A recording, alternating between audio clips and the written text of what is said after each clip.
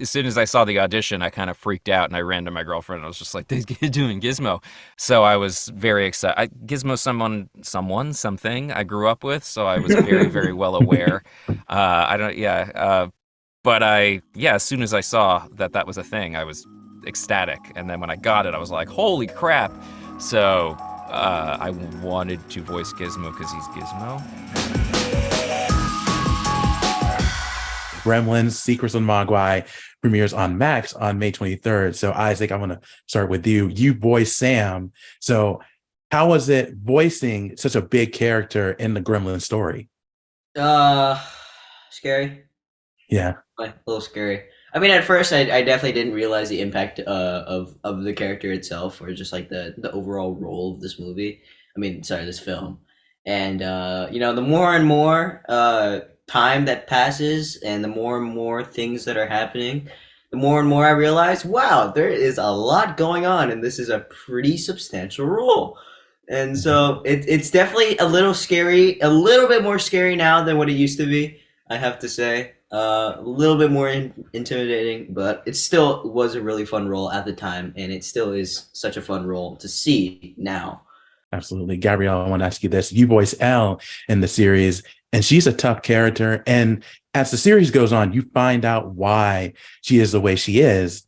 So what do you think is the best quality that Elle has?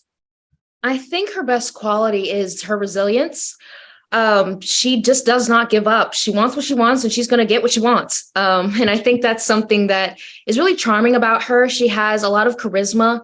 She gets into some trouble, but she can always find a way out of it. And she's always very smart about her decisions, whether it's smart for her sake, smart for Sam's sake, or smart for Gizmo's sake. Absolutely. And speaking of Gizmo, AJ, I want to ask you this. You voiced Gizmo in the series. So what made you want to voice an iconic character? Gave me the role, so that worked. So I was like, yes. But as soon as I saw the audition, I kind of freaked out and I ran to my girlfriend. I was just like, "They're doing Gizmo," so I was very excited. Gizmo, something I grew up with, so I was very, very well aware. I don't, yeah. But yeah, as soon as I saw that that was a thing, I was ecstatic, and then when I got it, I was like, "Holy crap!" So I wanted to voice Gizmo because he's Gizmo. Mhm. It's maybe the yeah. Absolutely. And Isaac, back to you. Sam has like a lot of great qualities, making him such a likable character. What do you think the best quality Sam has? Probably his kindness, Yeah. or his ability to just like maybe not forgive, but his ability to like understand. Uh, because he understands where Gizmo comes from. He's been through a really hard time. Um, and then at some point, he understands Elle, and he understands where she comes from. And so, yeah, I mean, that's just his biggest factor. He's a really kind kid. And Gabrielle, I want to ask you this. This show is a prequel to the Gremlins films that came out in the 80s and the 90s. How much did you know about the movies before landing this role? So just by chance, my dad actually put on Gremlins for a family movie night just a few weeks before I had the audition. So Hmm. it was kind of it was in the cards that I would watch the film right before the audition process. But I knew of the franchise because you see the lunch boxes and the backpacks and the merchandising and like Hot Topic. But it was a really enlightening experience for me to go to Comic-Con with Mhm. AJ and Isaac, seeing the fan base and how vast the franchise reaches different people. That was really an enlightening experience for me because I didn't personally grow up on the franchise. I was too young I wasn't born when it came out, but seeing other people and seeing how excited they were for the prequel to come out was really just an eye-opening experience and was really, really cool. I was just gonna say Yeah. we Yeah. all experienced that at Comic Con because, like, I grew up with Gremlins. I knew Gremlins was a big deal. It wasn't until we all went to Comic Con together and then we saw the audience, and I remember looking over at you That guys, and you were just crowd. as nervous as I was. I was like, "Oh, okay." We're all realizing at the exact same time how big this is and how expansive. And then we're signing autographs and stuff. People are like, "Oh my Mhm. god, I grew up with Gremlins," and it's like, "Oh, that's right. This is like this is a thing. You know, you don't realize it until you're meeting face to face people how large and intimidating this can be. It was a huge crowd. Yeah, I remember looking over at you, Isaac, specifically, and you just been like, and I was like, yeah, dude, my leg was shaking that whole time. That was the biggest crowd I've ever seen. Yeah, it was pretty intimidating. But anyway, sorry, I didn't mean to derail us. I was just like, I got you guys. I was the same way. Yeah. No, that's awesome. That's perfect. But AJ, I want to ask you this.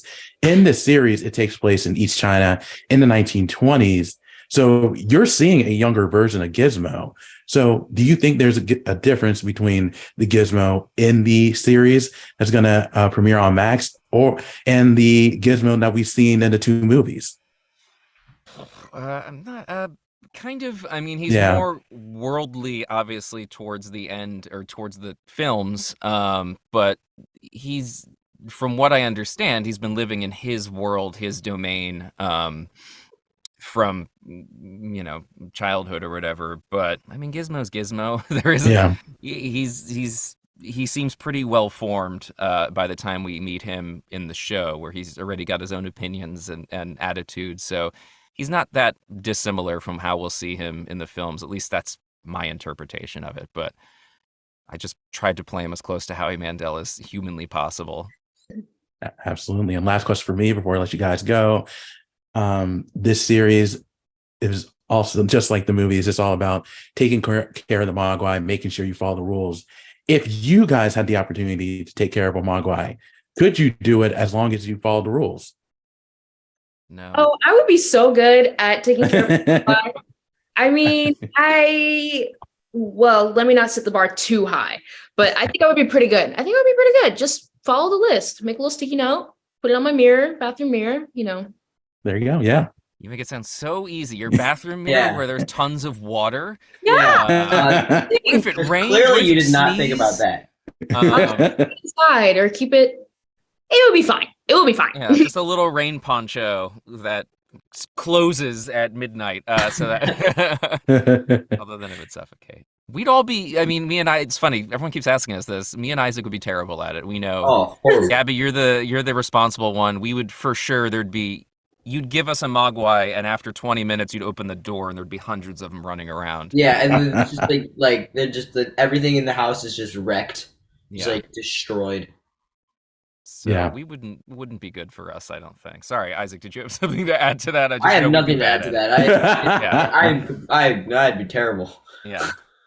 Gabby, having tea parties with your Mogwai, like there'd just be tea parties with they wouldn't have tea though. No tea, just the sand in the thing. Days and days would go by. It'd be nothing would go wrong. Anyway, I don't know why I'm saying this. You have something else to add. Well, awesome, guys. Gabrielle, AJ, Isaac, thank you so much for your time. I really do appreciate it. And continued success to all three of you.